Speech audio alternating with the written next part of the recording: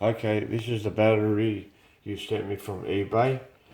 As you can see, that's your battery. The first day I got it, the machine would not turn off. So yes, last night I tried to charge the battery fully.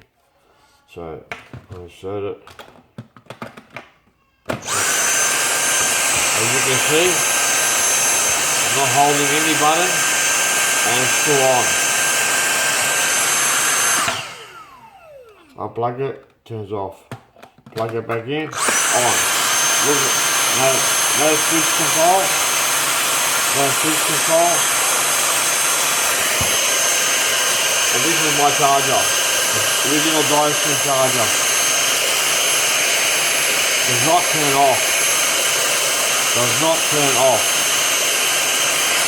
Until only turns off when I unplug the battery. I want my money back. I don't trust your supplier of the quality of battery. Thank you very much.